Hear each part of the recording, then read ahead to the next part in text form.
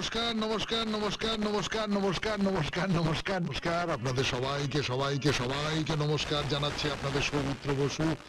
সবাইকে অজস্র শুভ কামনা জানাচ্ছে, সবাইকে স্বাগত জানাচ্ছে আজকের এই শরণাগত অনুষ্ঠানে এবং সবাইকে শুভ সকাল জানাচ্ছে।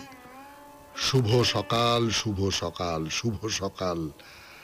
আজকে শ্মশান কালীমাতার পূজা। বর্ধমান জেলার দুর্গাপুরের নাচন রোডে ভিড়িঙ্গি শ্মশান কালী মাতা, সেখানে পূজা হবে।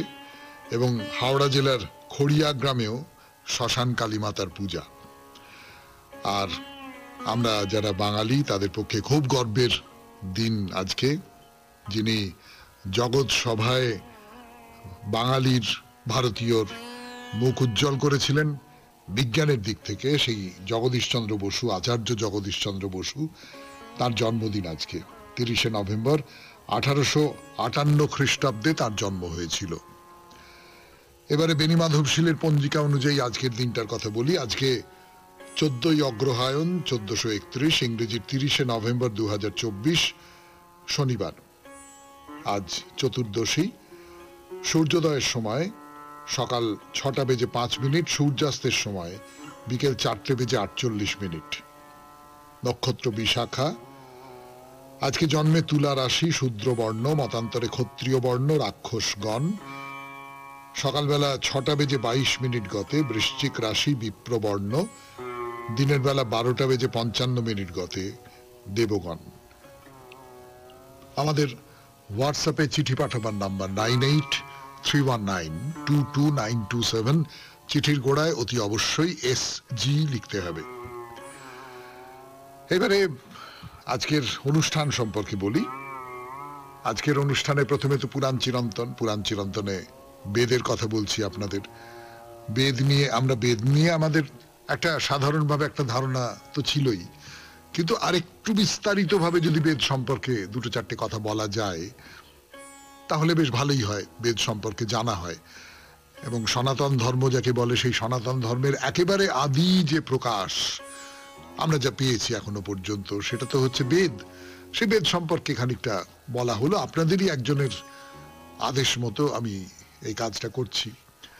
তো সেখানে সংহিতা, বেদের যে প্রাচীনতম অংশ সংহিতা নিয়ে দুটো চারটে কথা শোনাবো আপনাদের।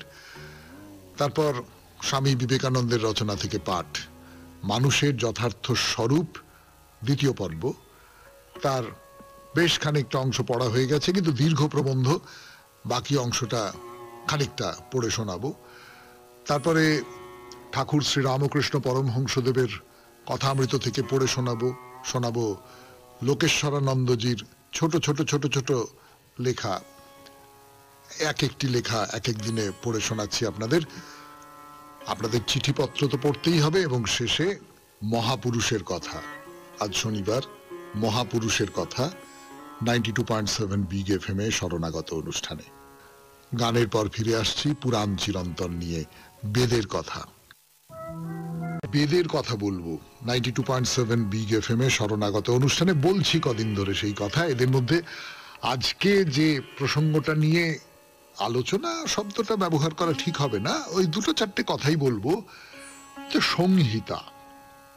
সংহিতা বেদের যে প্রাচীনতম অংশ, তাকে বলা হয় সংহিতা। তাই সংহিতা এর মানে কি? সংহিতা নামটার মানে কি? সংহিতা কথাটার মানে কি? আমরা তো সংহত কথাটা জানি। সংহত মানে গুছানো, সংহত মানে ইংরেজি করে বলতে গেলে বলতে হয় টাইট, মানে সমস্তটা একসঙ্গে জোট করা, এইরকম তো। তা সংহিতা আক্ষরিক অর্থে সংহিতা মানে হচ্ছে একসঙ্গে করা, মিলিত, যুক্ত। এই যে একসঙ্গে করা, এই যে মিলিত, এই যে যুক্ত হওয়া, তার মানে এর মধ্যে কোনো এলোমেলোপনা নেই। আর যদি এলোমেলোপনা না থাকে তাহলে এই সমস্তটার পেছনে একটা নির্দিষ্ট পদ্ধতি বা নিয়ম আছে, তা না হলেই তো এলোমেলো হয়ে যাবে। তাহলে সংহিতা শব্দের মানে এইরকম করে হয়তো বলা যেতে পারে যে কোনো একটা নির্দিষ্ট পদ্ধতি বা নিয়ম অনুসারে একত্রিত গ্রন্থ বা মন্ত্র সংকলন। এখন তো এই সংকলন লিখিত আকারেও পাওয়া যায়। আগে তো কেবলমাত্র শ্রুতির মাধ্যমে আসতো। তো এই বেদের প্রাচীনতম অংশ হচ্ছে এই সংহিতা। এই অংশের মধ্যে মন্ত্র, স্তোত্র, প্রার্থনা, প্রার্থনা সঙ্গীত, আশীর্বচন, এই সমস্ত থাকে আর কি। তো সংহিতার মধ্যে কি কি থাকে? এমনিতে যে কোনো গ্রন্থ বা মন্ত্র তার সংকলনকেই সংহিতা বলা যেতে পারে, কিন্তু সংহিতা বলতে যেটা বোঝাচ্ছে বেদের আদি ও প্রাচীনতম অংশটা। তো এই যে প্রত্যেকটা বেদ তো 4টে ভাগে বিভক্ত, এই সংহিতা পাঠ করলে বোঝা যায় বেদের পরবর্তীকালের যে গ্রন্থগুলো সেগুলো থেকে বোঝা যায় যে বৈদিক সংহিতাগুলো ছোট করে, এবং সে সম্পর্কে বৈদিক গ্রন্থগুলো এখন যে আকারে পাওয়া যায় তার থেকে এগুলোর আকার অনেক বড় ছিল। আমি আপনাদের ধরুন ঋগ্বেদ সংহিতার থেকে একটু উদাহরণ দিই, তাহলে আপনারা বুঝতে পারবেন, আমার বোঝাতে সুবিধা হবে মন্ত্রগুলো কিভাবে আছে। দেখা যাক ঋগ্বেদ সংহিতার একটা মন্ত্র আমি পড়ে শোনাই আপনাদের। আমি মূল সংস্কৃতটা বা বৈদিক মন্ত্রটা পড়ছি না, তার বাংলা অনুবাদটা পড়ছি। বলছেন, দিব্য আলোকের, মানে সূর্য, দিব্য আলোকের মহৎ গৌরব ধ্যান তিনি, আমাদের চিত্তলোককে উদ্বুদ্ধ করুন, আমাদের চৈতন্য জাগরিত করুন।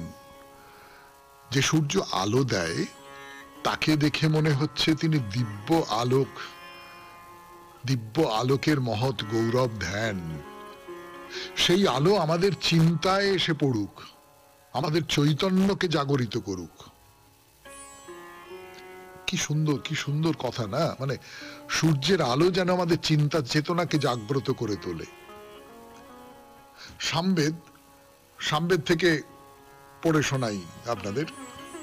বলছেন যে, হে বীর, যে গাভীর দুগ্ধ দহন করা হয়নি সে যেমন জগদীশ্বরকে আহ্বান করে, আমরা তেমনি আপনাকে আহ্বান করি। উপমাটা ভাবুন, যে গাভীর দুগ্ধ দহন করা হয়নি সে যেমন জগদীশ্বরকে আহ্বান করে তেমনি আমরা আপনাকে আহ্বান করি। অর্থাৎ দুগ্ধ নিঃসৃত হওয়া দরকার, সেই জন্য সে জগদীশ্বরকে আহ্বান করছে, জগতের ঈশ্বরকে বলে বলছেন, হে ইন্দ্র, জড় বিশ্বের ঈশ্বর আপনি, আপনার চক্ষু হলেন সূর্য। এই যে সূর্য সবকিছু দেখতে পান, তিনি যেন ইন্দ্রের চোখ। 92.7 বিগ এফএম এ শরণাগত অনুষ্ঠানে শুনছেন বেদের কথা পুরাণ চিরন্তনে। ফিরে আসছি গানের পর। যজুর্বেদের যে স্তোত্র, নানান প্রাচীন দেবদেবীকে উৎসর্গ করা হয়েছে স্তোত্র, তো তার মধ্যে একটি আমি শোনাই। বসুগণ, গায়ত্রী ছন্দ দ্বারা আপনাকে প্রস্তুত করুন, আপনি পৃথিবী। রুদ্র ত্রিষ্টুপ ছন্দ দ্বারা আপনাকে প্রস্তুত করুন, আপনি আকাশ। আদিত্যগণ, জগতী ছন্দ দ্বারা আপনাকে প্রস্তুত করুন, আপনি স্বর্গ। বিশ্ব দেবতাগণ, যারা সকল মানব লোকের, তারা আপনাকে অনুষ্টুপ ছন্দ দ্বারা প্রস্তুত করুন, আপনি সর্বদিকময়, আপনি অপরিবর্তনীয় দিক। আমাকে সন্তান দান করুন, প্রচুর অর্থ সম্পদ দিন, প্রচুর গো সম্পদ দিন, অতুল শৌর্য প্রদান করুন। অর্থাৎ এই যে বন্দনা করা হচ্ছে, এই বন্দনার মধ্যে দিয়ে কিন্তু যেটা বেরোচ্ছে সেটা হচ্ছে আমার যাতে ভালো হয়, আমি যাতে সুখে থাকতে পারি, আমি যাতে সম্পন্ন হতে পারি, পার্থিব দিক থেকে আমি যাতে সম্পন্ন হতে পারি, সেইটা চাওয়া হচ্ছে এই সমস্ত মন্ত্রের মধ্যে দিয়ে, এই সংহিতার মন্ত্রের মধ্যে দিয়ে। শেষ করলাম আজকের পুরাণ চিরন্তন বেদের কথা 92.7 বিগ এফএম এ শরণাগত অনুষ্ঠানে। এরপর স্বামী বিবেকানন্দের রচনা থেকে পাঠ করবার জন্য আমি প্রস্তুত, আপনাদের সৌমিত্র বসু। শেষ কথা শুরু 92.7 বিগ এফএম এ শরণাগত অনুষ্ঠানে। স্বামী বিবেকানন্দের রচনা থেকে পড়ে শোনাবো মানুষের যথার্থ স্বরূপ, তার মাঝখান থেকে খানিকটা অংশ। অদ্বৈতবাদীর মতে এই মায়া বা অজ্ঞান বা নামরূপ ইউরোপীয়গণের মতে দেশকাল নিমিত্ত সেই এক অনন্ত সত্তা হইতে এই বিভিন্ন রূপ জগৎ সত্তা দেখাইতেছে। পরমার্থত এই জগৎ এক অখণ্ড স্বরূপ। যতদিন পর্যন্ত কেহ দুইটি বস্তুর কল্পনা করেন ততদিন তিনি ভ্রান্ত। যখন তিনি জানিতে পারেন একমাত্র সত্তা আছে, তখনই তিনি ঠিক ঠিক জানিয়াছেন। যতই দিন যাইতেছে ততই আমাদের নিকট এই সত্য প্রমাণিত হইতেছে। কি জড় জগতে, কি মনোজগতে, কি অধ্যাত্ম জগতে, সর্বত্রই এই সত্য প্রমাণিত হইতেছে। এখন প্রমাণিত হইয়াছে যে তুমি, আমি, সূর্য, চন্দ্র, তারা এসবই এক জড় সমুদ্রের বিভিন্ন অংশের নাম মাত্র। এই জড় রাশি ক্রমাগত পরিণাম প্রাপ্ত হইতেছে। যে শক্তিকণা কয়েক মাস পূর্বে সূর্যে ছিল, আজ হয়তো তাহা মনুষ্যের ভিতর আসিয়াছে, কাল হয়তো উহা পশুর ভিতরে, আবার পরশু হয়তো কোনো উদ্ভিদে প্রবেশ করিবে। সর্বদাই আসিতেছে, সর্বদা যাইতেছে। উহা এক অখণ্ড জড় রাশি, কেবল নাম রূপে পৃথক। উহার এক বিন্দুর নাম সূর্য, এক বিন্দুর নাম চন্দ্র, এক বিন্দু তারা, এক বিন্দু মানুষ, এক বিন্দু পশু, এক বিন্দু উদ্ভিদ, এইরূপ। আর এই যে বিভিন্ন নাম, এগুলি ভ্রমাত্মক, কারণ এই জড় রাশির ক্রমাগত পরিবর্তন ঘটিতেছে। এই জগৎকেই আর একভাবে দেখিলে ইহা চিন্তা সমুদ্র রূপে প্রতীয়মান হইবে। উহার এক একটি বিন্দু এক একটি মন। তুমি একটি মন, আমি একটি মন, প্রত্যেকেই এক একটি মন মাত্র। আবার এই জগৎকে জ্ঞানের দৃষ্টিতে দেখিলে, অর্থাৎ যখন চক্ষু হইতে মহাবরণ অপসারিত হয়, যখন মন শুদ্ধ হইয়া যায়, তখন উহাকেই নিত্যশুদ্ধ, অপরিণামী, অবিনাশী, অখণ্ড পূর্ণস্বরূপ পুরুষ বলিয়া প্রতীতি হইবে। তবে দ্বৈতবাদীর পরলোকবাদ, মানুষ মরিলে স্বর্গে যায় অথবা অমুক অমুক লোকে যায়, অসৎ লোকে ভূত হয়, পরে পশু হয়, এসব কথা কি হইল? অদ্বৈতবাদী বলেন, কেউ আসেও না, কেহ যায়ও না। তোমার পক্ষে যাওয়া আসা কিসে সম্ভব? তুমি অনন্ত স্বরূপ, তোমার পক্ষে যাইবার স্থান আর কোথায়? শুনলেন স্বামী বিবেকানন্দের রচনা থেকে পাঠ, মানুষের যথার্থ স্বরূপ, দ্বিতীয় পর্ব। পড়লাম আমি আপনাদের সৌমিত্র বসু। এরপর গান, গানের পর কথামৃত। শেষ কথা শুরু 92.7 বিগ এফএম এ শরণাগত অনুষ্ঠানে। এবারে কথামৃত থেকে পাঠ, আমি আপনাদের সৌমিত্র বসু। ঠাকুর তো ভক্তদের সঙ্গে বসে রয়েছেন, ভক্তরা সকলে আছেন, মাস্টারমশাই তো আছেনই। মাস্টারমশাইয়ের কলম থেকেই তো কথামৃত বইটা বেরোবে এবং সেই বই থেকেই আমরা এই ঘটনাটার কথা জানতে পারবো। তো মিশ্র নাকি মিশ্রা বলবো, একটি ছেলে, পশ্চিমে তার জন্ম হয়েছে, বাঙালি নয় কিন্তু ভারতীয়, ভারতীয় খ্রিস্টান ভক্ত। বছর 35 বয়স, সাহেবি পোশাক পরে আছে, কিন্তু ভেতরে গেরুয়া আছে, মানে সংসার ত্যাগ করেছে। একটা ওই ভাইয়ের বিয়ের দিনে তার এবং আরেকটি ভাইয়ের একদিনে মৃত্যু হয়। সেই দিন থেকে মিশ্র সংসার ত্যাগ করেছেন। কোয়েকার সম্প্রদায়ভুক্ত খ্রিস্টান। তো মিশ্র বলছেন, ওহি রাম ঘাট ঘাট মে লেটা। তা শ্রীরামকৃষ্ণ ছোট নরেনকে আস্তে আস্তে বলছেন, যাতে মিশ্র শুনতে পান, এক রাম, তার হাজার নাম। খ্রিস্টানরা যাকে গড বলে, হিন্দুরা তাকে রাম, কৃষ্ণ, ঈশ্বর এইসব বলে। ব্যাপারটা কিরকম? ব্যাপারটা হচ্ছে, পুকুরে অনেকগুলো ঘাট, এক ঘাটে হিন্দুরা জল খাচ্ছে, বলছে জল, ঈশ্বর। খ্রিস্টানরা আর এক ঘাটে খাচ্ছে, বলছে ওয়াটার, গড, যিশু। মুসলমানেরা আরেক ঘাটে খাচ্ছে, বলছে পানি, আল্লাহ। কি সোজা করে বোঝানো যে আসলে তো তাই। মানে এই যে ধর্ম নিয়ে যে বিভেদটা, এই বিভেদটার তো সত্যি সত্যি আজকের দিনে কোনো মানে নেই। দুটো কারণে মানে নেই বলে আমার নিজের মনে হয়। তার মধ্যে একটা হচ্ছে ধর্মের মধ্যে যে সম্প্রদায়গত বিরোধ, সেই বিরোধটা একটা সময় খুব বেশি মাত্রায় থাকতে পারতো, হয়তো ছিল, কিন্তু আজকের দিনে ধর্মের এই যে খুঁটিনাটি তফাৎ, এইগুলো নিয়ে কোনো সভ্য মানুষের মাথা ঘামাবার কোনো কারণ নেই। অমুক ধর্ম খারাপ, তমুক ধর্ম ভালো, যে যার নিজের মতন করে আছে, তাই তো হয় যে কোনো মানুষ তার নিজের মতন করে থাকবে। আমরা তো এইটাই মেনে নিই, এইটাই স্বীকার করে নিই, যদি তাতে কোনো রকমের কোনো ক্ষতি না হয়, অনেক মানুষের কোনো ক্ষতি না হয়, তাহলে আমরা সেটা মেনে নিই। তো একটা পুকুর থেকে কেউ জল ভরছে, হিন্দু জল ভরছে, খ্রিস্টান জল ভরছে, মুসলমান জল ভরছে, তাহলে অসুবিধাটার কি আছে? তা মিশ্র বলছে মেরির ছেলে জেসাস নয়, জেসাস স্বয়ং ঈশ্বর। এই অবতারের ক্ষেত্রে এই কথাটা খুব গুরুত্বপূর্ণ। তার কারণ হচ্ছে যে অবতার তো কোনো একজনের সন্তান। ঠাকুর শ্রী রামকৃষ্ণ পরমহংসদেব একজনের সন্তান, এক পিতামাতার সন্তান। আমরা তার বাবা মার পরিচয়ও জানি, কিন্তু এটা তো পার্থিব পরিচয়। তার বাইরের যে পরিচয়, বেশিরভাগ মানুষ যেটা বিশ্বাস করেন, এবং নিশ্চয়ই শরণাগত যারা শোনেন তারাও বিশ্বাস করেন, যে তিনি অবতার। অবতার মানে ঈশ্বরের ভাব, ঈশ্বরের বিভূতি, ঈশ্বর নিজে তার মধ্যে অনেক বেশি পর্যন্ত প্রকাশিত হয়েছেন। তো তাই যদি হয়, এই যে অবতার, এই অবতারের একটা পার্থিব রূপ আছে আর একটা ঈশ্বরীয় রূপ আছে, এরকম করেই তো দেখব। সেই দিক থেকেই মিশ্র বলছে যে মেরির ছেলে জেসাস নয়, জেসাস স্বয়ং ঈশ্বর, যদিও তার পরিচয় হচ্ছে তিনি মেরির ছেলে। শুনছেন কথামৃত থেকে পাঠ 92.7 বিগ এফএম এ শরণাগত অনুষ্ঠানে। আরো পড়ে শোনাবো, ফিরে আসবো, একটু গান শুনে নি।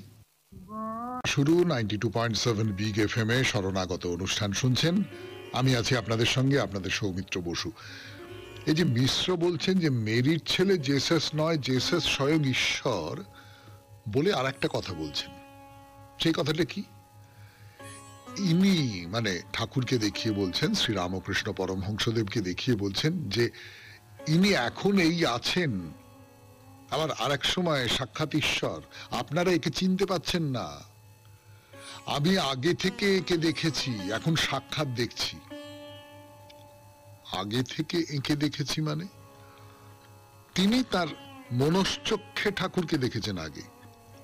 তিনি খ্রিস্টান, কিন্তু অন্য ধর্মের লোক, কিন্তু তিনি মনশ্চক্ষে ঠাকুরকে দেখেছেন। আজকে সামনাসামনি দেখছেন, প্রত্যক্ষ দেখছেন, কিন্তু সেই মনশ্চক্ষে দেখাটার সঙ্গে মিলিয়ে দেখতে পারছেন তিনি। কি দেখেছিলেন সেই মনশ্চক্ষে? দেখেছিলাম একটি বাগান, উনি উপরের আসনে বসে আছেন, মেঝের উপর আরেকজন বসে আছেন। তিনি তত অ্যাডভান্সড নন, তত উন্নত নন। ঠাকুরকে এইভাবে দেখেছেন মিশ্র তার কল্পনার চোখে, আমি তো বলবো তার সাধনার চোখে। তিনি বলছেন এই দেশে 4 জন দারোয়ান আছেন। কে কে? বোম্বাই অঞ্চলে তুকারাম, কাশ্মীরে রবার্ট মাইকেল, এখানে ইনি, আর পূর্ব দেশে একজন আছেন।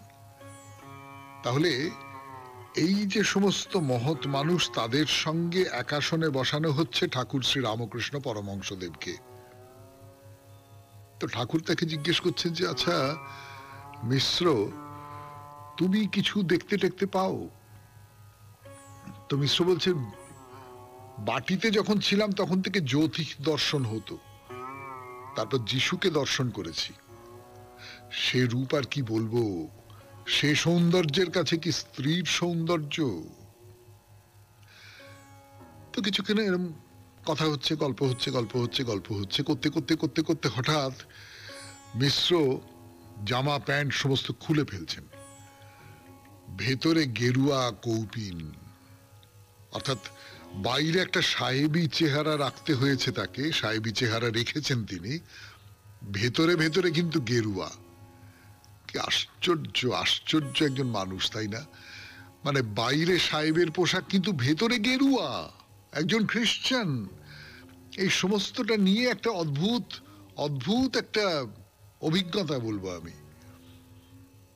তো ঠাকুর বারান্দা থেকে এসে বলছেন যে একে দেখলাম বীরের ভঙ্গিতে দাঁড়িয়ে আছে। এইসব কথা বলতে বলতে বলতে বলতে ঠাকুর সমাধিস্থ হচ্ছেন, পশ্চিম দিকে তাকিয়ে সমাধিস্থ হয়ে গেলেন। তারপর একটু যখন সমাধি ভাঙলো, একটু জ্ঞান ফিরে এলো, তখন মিশ্রর দিকে তাকাচ্ছেন, তাকে হাসছেন হাসছেন। কথামৃত থেকে পাঠ আজকের মতো এখানেই শেষ করি। এখন গান, গানের পর স্বামী লোকেশ্বরানন্দর রচনা থেকে পাঠ। রচনার নাম সহিষ্ণুতা অথবা গ্রহিষ্ণুতা। ফিরে আসছি গানের পর। শরানন্দের রচনা থেকে পাঠ করে শোনাচ্ছি আপনাদের 92.7 বিগ এফএম এ জীবনের সহজ পাঠ শরণাগত অনুষ্ঠানে। সহিষ্ণুতা অথবা গ্রহিষ্ণুতা। ঈশ্বর ও ধর্ম বিষয়ে মত পার্থক্য সত্ত্বেও আমরা কতদূর একসঙ্গে যেতে পারি? মতভেদ যখন খুঁটিনাটি ব্যাপার নিয়ে হয় তখন যে রেষারেষি হওয়া উচিত নয় সেটা আমরা সহজেই বুঝি, কিন্তু মূল ও অপরিহার্য বিষয়ে যখন বৈষম্য থাকে তখনও কি পরস্পরের প্রতি সহিষ্ণু হওয়া সম্ভব? যদি তা সম্ভব হয় কতটা? যদি আপনার ধর্মবিশ্বাসের কোনো কোনো দিক সম্পূর্ণভাবে আমার রুচি বিরুদ্ধ হয়, সেক্ষেত্রে আপনি আমার কাছ থেকে কি আশা করবেন? শিষ্টাচার বশত আমি হয়তো মনের ভাব নাও প্রকাশ করতে পারি, কিন্তু আমার মনে যে বিতৃষ্ণা ও বিরক্তির ভাব রয়েছে তাকে কি আমি অস্বীকার করতে পারি? আমি কি মনে মনে ভাববো না যে আপনার আরো শিক্ষার প্রয়োজন? ভদ্রতার খাতিরে আমি হয়তো প্রকাশ্যে আপনার নিন্দা করব না অথবা আপনার ধর্মবিশ্বাসে হাত দেব না, কিন্তু আপনার কাজকর্ম ও চিন্তা ভাবনা আমার মনে ঘৃণার উদ্রেক করতেই পারে। আমি ভাবতেই পারি আপনি বর্বর। এই অবস্থায় আপনারও আমার মধ্যে কি যথার্থ সৌহার্দ্য গড়ে উঠতে পারে? আমি হয়তো আপনাকে সহ্য করতে পারি, কারণ সহ্য করা ছাড়া আর আমার কোনো পথ নেই, কিন্তু আপনাকে কি আমি বন্ধু বলে স্বীকার করতে পারি? দুর্ভাগ্যবশত আমাদের শিক্ষা দীক্ষা এমনই যে গুটি পোকার মতো ক্ষুদ্র আবেষ্টনীর মধ্যে থেকেই আমরা সুখ পাই, অথবা বলা যায় আমরা যেন ক্ষুদ্র ক্ষুদ্র দ্বীপের অধিবাসী। নিজেদের অতি পরিচিত পরিবেশের বাইরে যে মুহূর্তে পা রাখি অমনি আমরা অস্বস্তি বোধ করতে শুরু করি। অন্যভাবে বলতে গেলে আমরা ছোটবেলা থেকে যেসব জিনিসের বা ভাবধারার মধ্যে বড় হই সেগুলিকে আমরা সুন্দর, ভালো এবং ভব্য বলে মেনে নিয়েছি। তার বাইরে কোনো কিছুকে স্বীকার করা তো দূরের কথা, সহ্যই করতে পারি না আমরা। এই কারণেই যখন আমরা নতুন কোনো দেশে যাই সেখানকার ভিন্ন জীবনযাত্রা, প্রতিষ্ঠান এবং চিন্তাধারা দেখে আমরা অবাক হই। আমরা যেন একটা প্রচন্ড ধাক্কা খাই। এই দুর্দশা থেকে বাঁচার উপায় কি? কেউ হয়তো যুক্তি দেখিয়ে বলবেন অন্যেরা আমাকে আদর্শ ধার্মিক ব্যক্তি বলে স্বীকার করবেন, এ আশা আমি করতে পারি না, কিন্তু অন্যকে খুশি করতে আমি কখনোই নিজের রুচি ও পছন্দকে জলাঞ্জলি দিতে চাই না।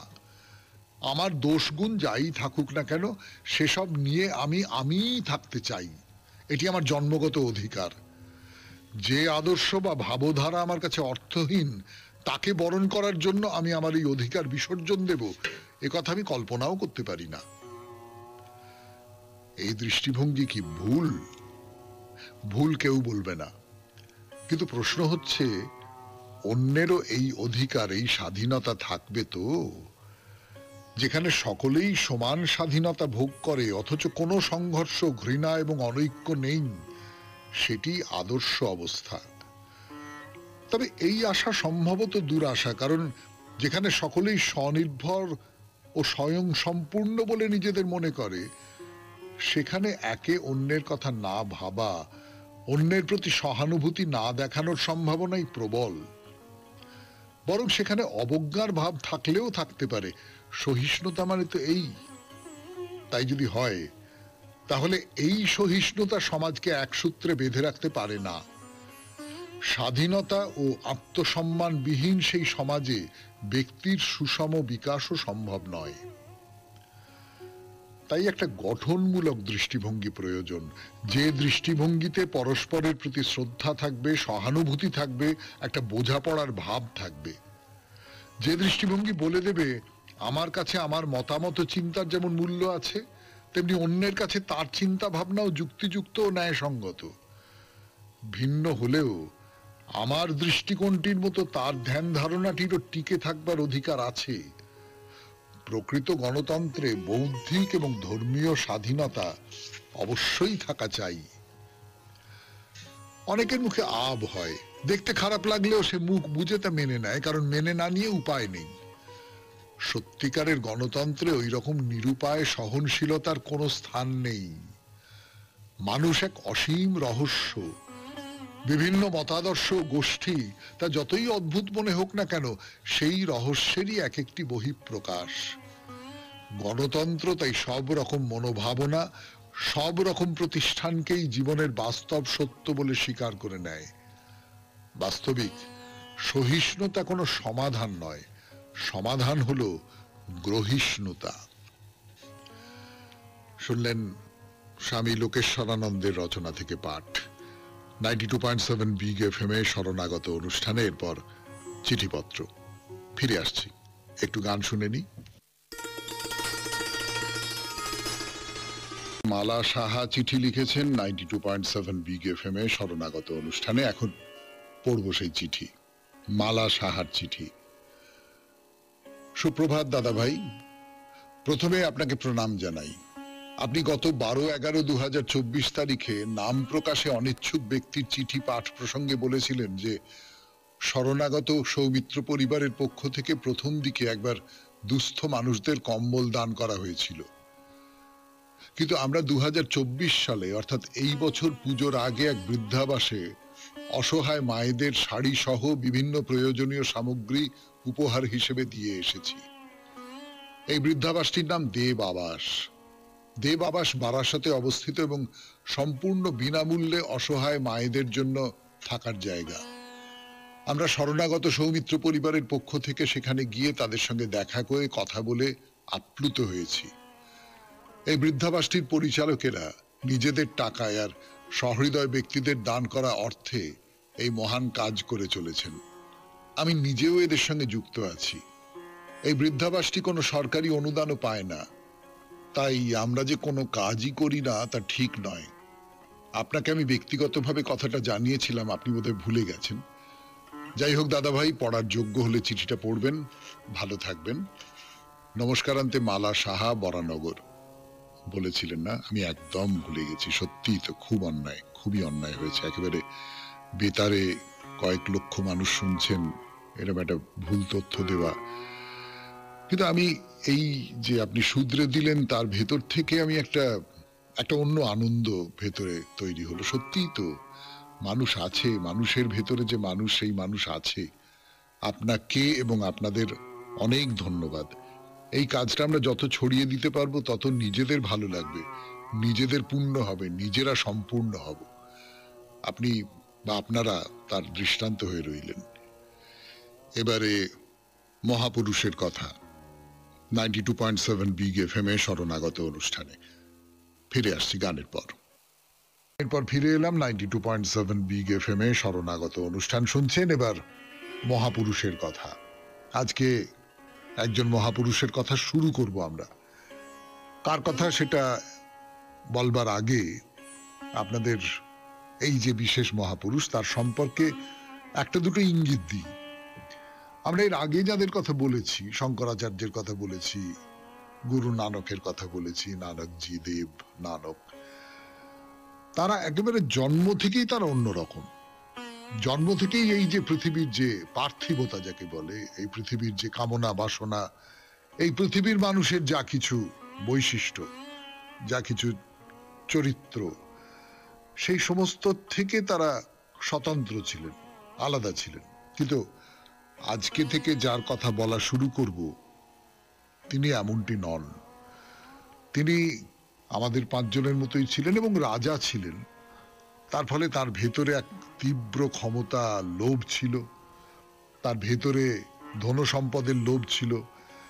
তার ভেতরে নিষ্কণ্টক রাজা হবার লোভ ছিল, নিষ্ঠুরতা ছিল, এই সমস্ত কিছু ছিল।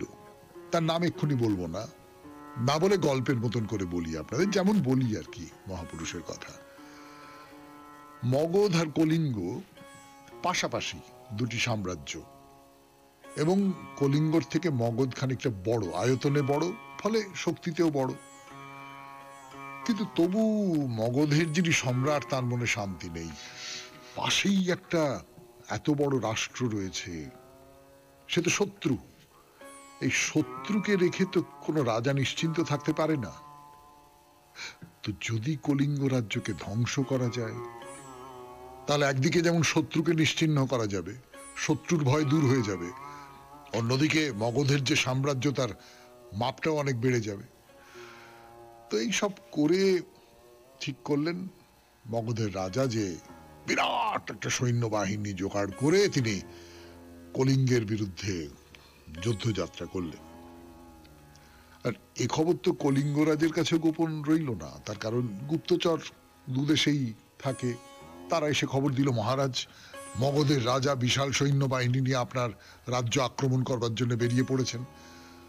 তো কলিঙ্গরাজ বললেন, বেশ, তাহলে আমিও আমার সৈন্য সামন্ত জড়ো করি, জড়ো করে মগধ রাজের বিরুদ্ধে যুদ্ধ করতে হবে আমাকে। তো মহানদীর দুই তীরবর্তী অঞ্চলে মুখোমুখি হলো দুটি রাজ্যের সৈন্যদল, এবং তুমুল যুদ্ধ শুরু হলো। এখন দুপক্ষের সৈন্যবাহিনী খুব শক্তিশালী, কিন্তু মগধের সৈন্যরা অনেক বেশি যুদ্ধপটু আর অনেক ভালো যুদ্ধবিদ্যা জানে অনেক ভালো করে। ফলে কলিঙ্গের সৈন্যরা একবারে বীর বিক্রমে লড়াই করে শেষ পর্যন্ত হেরে গেল। আহত আর নিহত সৈন্যে যুদ্ধক্ষেত্র ভরে গেল। সমস্ত প্রান্তরটা একেবারে রক্ত লেগে আছে, গোটা প্রান্তরে সর্বত্র রক্তের ছাপ, রক্তের ছোপ, এবং কলিঙ্গরাজ যুদ্ধে নিহত হলেন। তো যে নৃপতি মগধের রাজা, তিনি বিজয়ী হয়েছেন, হাতির পিঠে চেপে যেতে যেতে দেখলেন রাস্তার দুপাশে কত অসংখ্য মৃতদেহ ছড়িয়ে রয়েছে, কত আহত মানুষ, কেউ আর্তনাদ করছে, যন্ত্রণায় কাতর হয়ে চিৎকার করছে, সামান্য একটু জলের জন্য ছটফট করছে, আকাশে মাংসের লোভে শকুনের দল ভিড় করছে। শুনছেন মহাপুরুষের কথা। কোন মহাপুরুষের কথা বলছি তা এখনো বলিনি, বলবো পরে। আপাতত একটু গান শুনি, তারপর ফিরে আসছি 92.7 বিগ এফএম এ শরণাগত অনুষ্ঠানে। পরিণাম, যুদ্ধের ফল, হিংসার ফল। তো মগধের রাজা, বিজয়ী রাজা, তিনি মন্ত্রীকে জিজ্ঞেস করলেন যে, আচ্ছা মন্ত্রী, সমস্ত যুদ্ধের পরিণতি কি এমন ভয়ঙ্কর? তা মন্ত্রী বললেন, হ্যাঁ মহারাজ, তবে রাজ্য জয়ের জন্য এসবের তো প্রয়োজন হবেই। সম্রাট কোনো উত্তর দিলেন না। তার সমস্ত মন বেদনায় ভারাক্রান্ত হয়ে উঠেছে। ধীরে ধীরে তিনি নিজের যে তাঁবু সেইখানে ফিরে এলেন। দিন শেষ হয়ে গেল, রাত্রি নামলো। বিশ্রাম নেবার জন্য নরম পালঙ্কে শুলেন, কিন্তু না না, চোখ বুঝতেই মনের মধ্যে ভেসে উঠছে যুদ্ধক্ষেত্রে সেই ভয়ঙ্কর দৃশ্য। আহত নিহত সৈনিকের দল যেন চারদিক থেকে এসে তার সামনে ভিড় করছে, যেন আর্তনাদ করছে। তাদের মুখ রক্তাক্ত, তাদের সমস্ত শরীর রক্তাক্ত। সম্রাট ঘুমের মধ্যে চিৎকার করে উঠলেন। যুদ্ধে জয়ী হয়েছেন, কিন্তু এই কেমন জয়! এই জয়ে মগধের সম্রাটের মনে তো কোনো আনন্দ নেই, কোনো কিছুতেই কোনো শান্তি নেই। তেমন সময় একজন তরুণ বৌদ্ধ সন্ন্যাসীকে দেখলেন। তিনি শিবিরের সামনে দিয়ে যাচ্ছে। তরুণ বৌদ্ধ সন্ন্যাসী, তার মুন্ডিত মস্তক, পীত বসন, আর মুখটা দেখে তার মনে হলো কি শান্তি, কি শান্তি, কি অপার শান্তি! ওই দুই চোখে করুণা, প্রেম যেন একবারে অঝোর ধারায় অমৃত বাড়ির মতো ঝরে ঝরে পড়ছে। সম্রাট তার কাছে গেলেন, গিয়ে বললেন যে, তুমি কোথায় চলেছ? সেই সন্ন্যাসী বললেন, আমি যুদ্ধক্ষেত্রে আহত সৈনিকদের সেবা করতে চলেছি মহারাজ। সেবা করতে চলেছে? আমি যাদের হত্যা করেছি, যাদের আহত করেছি, তাদেরও সেবা করতে চলেছে? এই সন্ন্যাসী আমার মনের যে কষ্ট, যে যন্ত্রণা, যে জ্বালা, তাকে শান্ত করতে পারবে। সম্রাট বললেন, আপনি আসুন, আসুন, দয়া করে আমার প্রাসাদে পদার্পণ করুন বলে সব কথা বললেন। সন্ন্যাসী বুঝতে পেরেছিলেন রাজার বুকের ভেতরকার কষ্ট। তিনি বললেন, হে সম্রাট, লোভে সুখ নেই, হিংসায় শান্তি নেই, পররাজ্য দখল করে নেওয়ায় কোনো তৃপ্তি নেই। অহিংসা, প্রেম, করুণার, ভালোবাসার মধ্যেই আছে মানুষের শান্তি, তৃপ্তি, মঙ্গল। শুনলেন নতুন এক মহাপুরুষের জন্ম কথা। তার নাম এখনো জানি না। আপনারা কি আন্দাজ করতে পারছেন? যদি আন্দাজ করতে পারেন তাহলে একটু লিখে জানান। সামনের শনিবারে আবার সেই মহাপুরুষের কথা বলবো 92.7 বিগ FM এ শরণাগত অনুষ্ঠানে। আজকের মতো তাহলে শরণাগত এখানেই শেষ করি। আমাদের হোয়াটসঅ্যাপে চিঠি পাঠাবার নাম্বার 9831922927। চিঠির গোড়ায় অতি অবশ্যই SG লিখতে হবে। তাহলে আজকের মতো বিদায়। খুব ভালো থাকবেন, আনন্দে থাকবেন।